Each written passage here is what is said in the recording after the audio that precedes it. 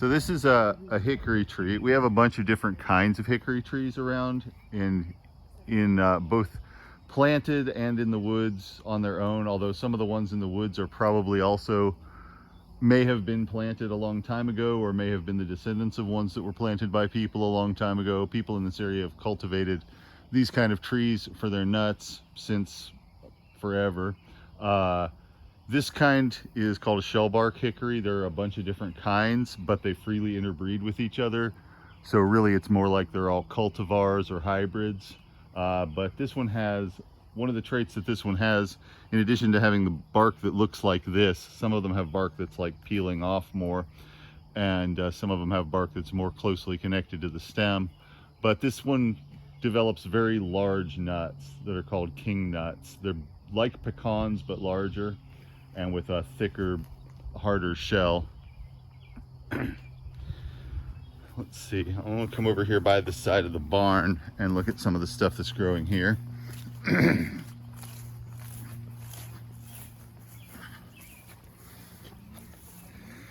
This is burdock. It has really huge leaves, and the leaves are kind of paler underneath. Yeah, this is probably a large older plant. I mean, a lot of the time they just kind of grow for a couple years, but they can get really big. And the root of burdock is used medicinally and as food. So if you're using it as food, you kind of cook the medicine out of it, the bitterness out of it. But if you're using it as medicine, the bitterness is what you want. So it's slightly sweet, slightly bitter, promotes digestion, helps to support and nurture the liver mainly. So that's burdock root is something I use a lot, and it's just like a really mild, safe food-like herb, and it can be a real pain to dig. I would never dig one from a place like this where it was up against a foundation, because it has a deep taproot that goes straight down. But a lot of the time you can find it in loose dirt, like if there's disturbed ground, like I don't see any around here, but like in areas that have been plowed or something like that, a lot of the time there will be just burdock will grow in places where the dirt's piled up from human activity, and that's often really loose and can be dug out easily. And then this one is poke.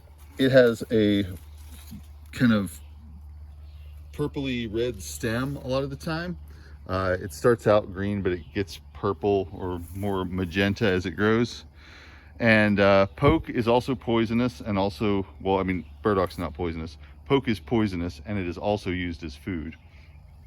So the leaves, especially from small plants, not ones that are real tall like this, but when they first start growing and are 6 inches tall or so, people pick the leaves and boil them and change the water and boil it again, and sometimes more than twice. Usually twice is sufficient though, and gets the bitterness out of it, gets the alkaloids and saponins out of it, which are the poisonous substances.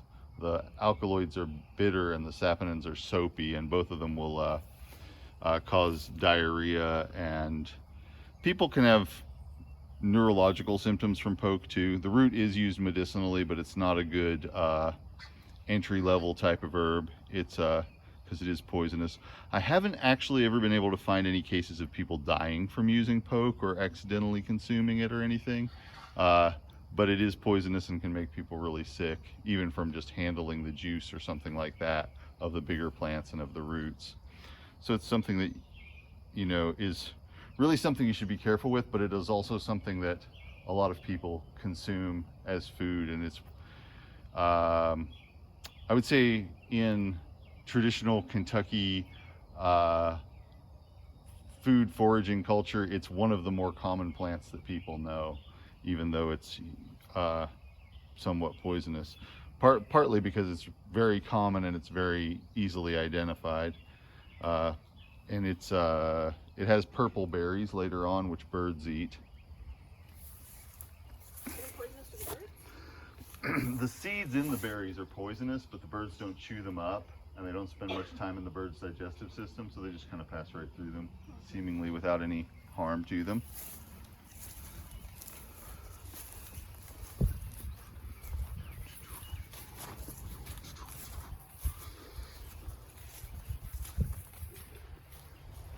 This is a walnut tree. A lot of the time if you look up, you can identify a walnut tree because it has a kind of a distinctive pattern to its leaves.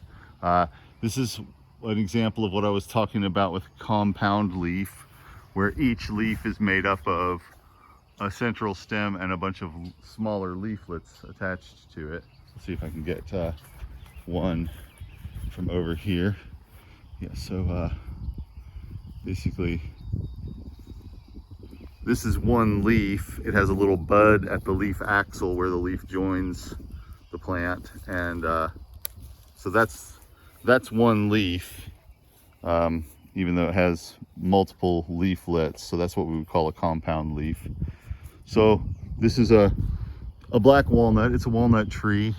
It's a little different than the walnut tree that is whose walnuts you would usually find in the store, but it's the nut inside, it's very similar. The shell of the nut's different and the bark of the tree is different. But the outside part of the nut, so with the nut you have a soft-ish pulpy outside, and then you have the hard nut shell in that, and then you have the nut inside the hard shell. And the pulpy outside of the nut is what is used for medicine, and it's anti-parasitic and it's astringent, so it'll kill worms if somebody has worms, and it will if you put it on a wound, it will cause the wound to tighten up, start to close up, and it will kill bacteria in it. It also stains things. It's very so if you work with it, you get it on your hands and it'll stain your hands for days.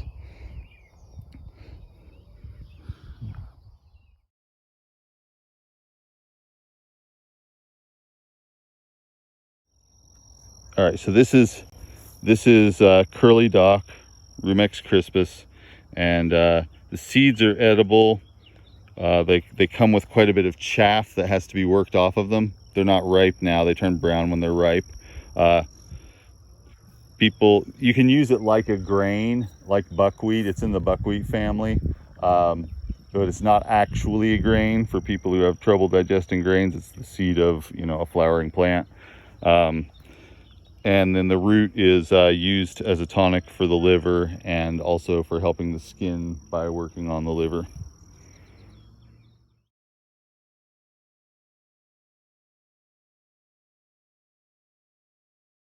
This is a small oak tree. Pretty much, there are a couple hundred species of oak trees. Like I was saying the other day, they all have pretty similar uses medicinally. I'm not sure which species this one is. Something in the kind of chestnut oak section of oak trees, but it will have acorns on it when it fruits, and the bark is the usual part used medicinally. So the bark is an astringent and antiseptic, and also is what I use to make this leather, tan rawhide into stiff leather, if you're into that sort of thing. This is yarrow. This one right here is yarrow, not to be confused with poison hemlock, which is in some ways kind of superficially similar. They've both got this cluster of white flowers and they've both got compound leaves, but this one's yarrow. It's got a slightly fuzzy stem, very feathery leaf. If you crush the leaf up between your fingers, it has sort of an aromatic smell to it. This one's not very strong right now, but can have sort of an aromatic smell to it, kind of camphory. So yarrow is one of my favorites. It's very good for wounds, very good for fevers. It's bitter, it's astringent, it's aromatic, it'll break up congestion. So it has a whole lot of uses, and it's a common plant. It's native to this continent, and it's also native to Eurasia, and is grown intentionally and unintentionally in both places. So these are scapes, the stems of garlic. When they open up, they can have either flowers or new little garlic plants inside of them, and then these will fall to the ground and start growing. And if there are flowers, they can turn to seed and those can start growing. So this is a very common weed. This one is Allium vineale, so it is a close Sometimes people call it wild garlic and sometimes people call it wild onion. It's really just kind of midway between the two things, but it's a very common weed in our region.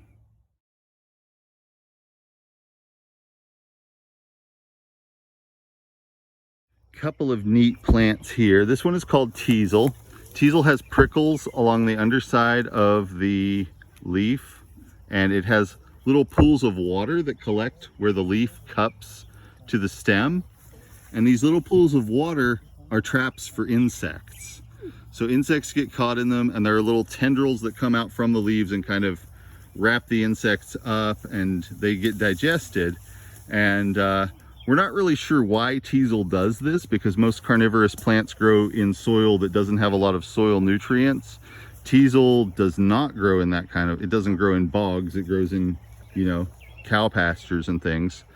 So later on, this will have a thistle-like flower top that has some little prickly things around it, and it makes some seeds that birds like to eat. The root is the main part that's used medicinally. Right now, Teasel is pretty popular as a remedy for Lyme disease. I've seen fairly limited effects from that, but it's pretty popular. It's been popularized by some books that are written about the subject. It does have a tradition of use in traditional Chinese medicine as being something for joint pain and muscle pain. So a lot of people have those, and it does help with those symptoms. And then over here, we have a mulberry. Mulberries are getting ripe right now. There are a couple different kinds that grow around here. Mulberry is a very weedy tree. This one is not a native species, and there are some that are. I'm pretty sure that this one's not, although it's been here since I've been here. I mean, so this is not the ripe berry. The ripe berries are dark red, and the berries are actually the part is edible, but you can also cook the berries down into a sort of molasses, and that is a really good remedy for fevers in children, fevers and constipation in children. It's a remedy that I actually learned about it when I was in Kurdistan, and it works really reliably both for constipation and fevers in children, which are both really common complaints in children. And it's very safe and very gentle. So it's something that I like to make every year. And it's, you know, you can see that one tree will bear a whole lot of fruit if you can get to it before the birds do. You can hear them around here. They're like, what are these humans doing? Are they going to eat the unripe mulberries before we get to them? But you know, these will turn like a dark purple. The flavor of them, they look like blackberries, but the flavor of them is like just sweet. It doesn't have much tartness or anything else to it. It's just like a very mild sweet flavor. Some people think it's kind of like a boring taste to it, but they dry out real nicely, and you can keep them as dried things and then add them to like oatmeal or whatever. And yeah, it's a really good tree to know. This plant here is a really good one to know. This is called jewelweed, and this is often where you'll find jewelweed, is in kind of damp places just under the trees, edges of fields near creeks, things like that. It often grows in similar environments to poison ivy, and it's used as a remedy for poison ivy. So if you get in contact with poison ivy, the most important thing to do is wash it off of you. And soap and water will do more for that than anything else if you have access to soap and water where you're at. After that, jewelweed is a really useful thing to use. If you crush it up, if you crush up the leaf, it has some mucilage in it. It feels kind of like the juice from aloe, the slimy juice from aloe. And you can rub that on an area that's been exposed to poison ivy, and it will help to soothe it. It's got some very powerful antihistamine substances in it. Jewelweed is slightly succulent, and it has a very smooth stem that is slightly translucent, and that's probably why it's called jewelweed. Some people say it's because of the water beads up on the leaves and looks like little jewels, but in any case, it's called jewelweed. also called touch me not, because if you touch the seeds they explode, pop open. I have a time-lapse video somewhere of that I can put up on the YouTube channel. There are two kinds of jewelweeds that grow around here. There are two kinds of jewelweeds that are native around here. There's this one, which is going to have orange flowers, and there's one that comes along slightly later that has yellow flowers. And then right up above me here, this is a wild cherry. And the wild cherry, it's usually a small tree. It can get pretty big, but a lot of the time you'll find it in thickets like this as a very small tree. And the bark of this is used as a cough suppressant. I don't use cough suppressants a lot in my practice because a lot of the time coughs are doing important work. But during COVID, I've used it a fair bit for people who had a dry, unproductive cough.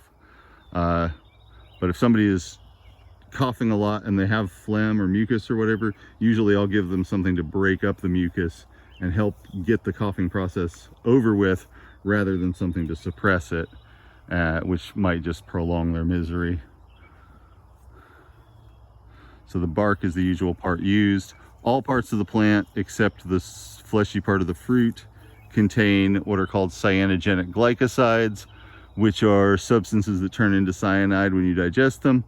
And so it is possible to get too much of this, although it is something that is, a commonly used remedy. And the leaves should not be eaten or used. Right here you can see poison ivy with jewelweed growing all around it. So you got the the offender and the remedy right there together. And you often find remedies growing close together with the things that cause the problem. And then over here, lots of cattails. So cattail, the very base of the leaves is edible and kind of tastes like cucumber.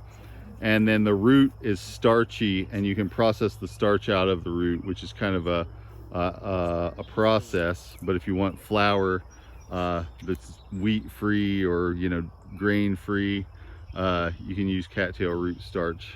And it's not just starch, it is more like flour. It's you can actually cook with it by itself, or mix it in with other things.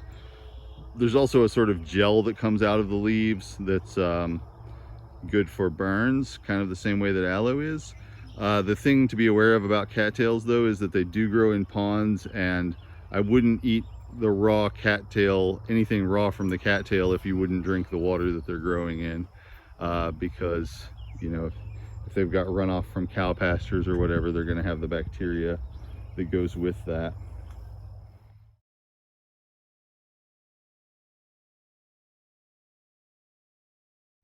So this is a blackberry bush.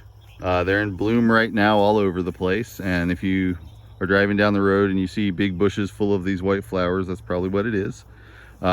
Blackberries have thorns, and the blackberries around here tend to have a sort of star-shaped cross section to the stem. So the stem has deep furrows that run along the length of it, which is a difference between it and the raspberries. The raspberries are mostly past their bloom right now and are starting to turn into fruit. The blackberries are, oh careful, there's poison ivy right there. So the blackberries are blooming right now and will start fruiting about the time that the raspberries finish. Blackberry, besides being food, the root is used medicinally. It's an astringent. It was used a lot for constipation. For diarrhea, but it can cause constipation because it's very astringent and it just kind of dries everything up inside. So that's something that you wouldn't necessarily use unless it were a real problem. But if somebody was losing a lot of fluid through diarrhea, blackberry root extract can be helpful for that. It's sort of a pain to dig up. You kind of have to use a crowbar to pry it out of the ground, and it's all covered in thorns and stuff and mud. But so it's kind of one of the more laborious remedies to make as an astringent, but it is more astringent than the oak bark or the walnut, which we talked about previously. Here are some immature blackberry fruits. And this is a newish blackberry stem. with an ant climbing up. And this is the raspberry. This is a black raspberry, and it has a smooth round stem that has the same kind of waxy powder that the poison hemlock stem has on it, as opposed to the star-shaped cross-section of the blackberries that are around here. These ones are not ripe yet, but they will be in the next 2 weeks or so. And so this is one of the first wild foods in this area that you can go out and gather buckets of, and put in your freezer and save up and eat on all year, or make jams out of, or whatever. The leaves of raspberry, including black raspberry, although in commerce red raspberry is more common, the leaves are used as a tonic for the female reproductive system.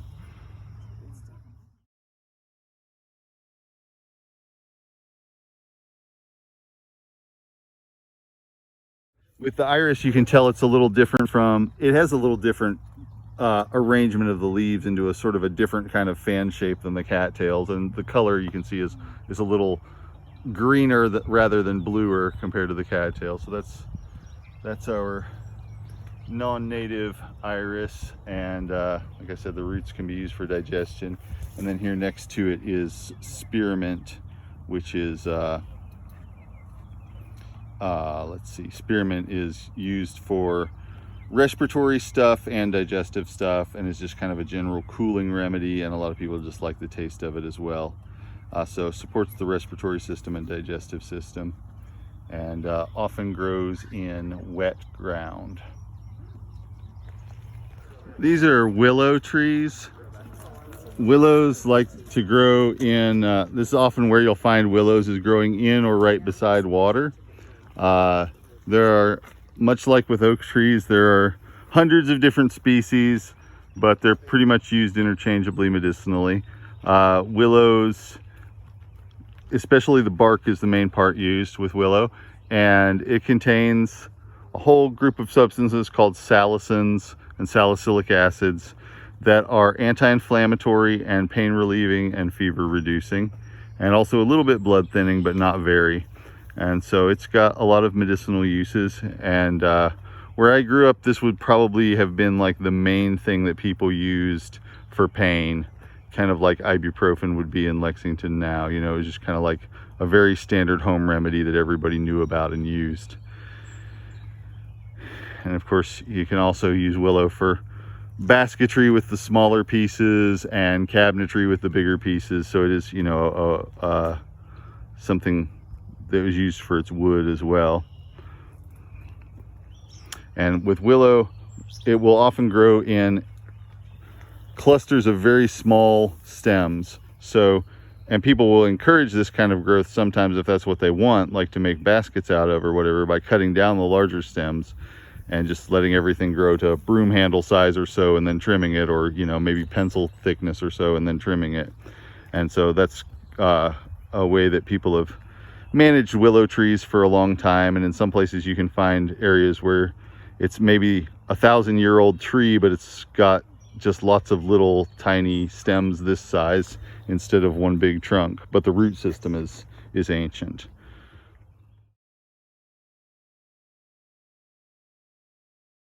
This is the mature bark of the wild cherry tree, and even like on the younger bark, it has horizontal pores on the bark, but the bark is broken apart into flakes. And then growing next to it is a hackberry tree, which has very distinctive bark that's made up of layers of cork, kind of stacked together into these sort of warty ridges. This is a pawpaw tree. They're our largest native fruit. These ones don't have any fruit on them yet. Trees aren't self-pollinating, so a lot of the time you have to have a few trees together before you'll get fruit, and even then it's sometimes kind of tricky to get them to fruit. But when they do, they can produce a lot of food on a small tree. This is wild asparagus. It is an edible plant, and gave its name to the title of Stalking the Wild Asparagus, which was the most popular wild food book in the 70s and 80s. This is eastern red cedar, sometimes just called cedar. but there are a lot of other plants that are also called cedar. So a lot of other trees. When people came here, they knew the name cedar because it's in the Bible, but they didn't really know what a cedar tree looked like. So they just started calling this one cedar. And then people later clarified that to Eastern red cedar. But it has little berry-like fruits on it, or berry-like cones on it. They're not actually fruits. The plant itself is very aromatic. It's been used for smoke cleansing, for smudging. It can also be taken internally in small amounts to break up congestion. If you take too much of it, it can make you nauseous. But it's a really good, like, cleansing, I guess you could say detoxifying remedy. It makes people sweat a little bit more if you drink the tea of it, which can be helpful if somebody's trying to get over an illness. So that's often what it's used for, is like if somebody's got like cold or congestion, something like that, or if they're very weak after an illness.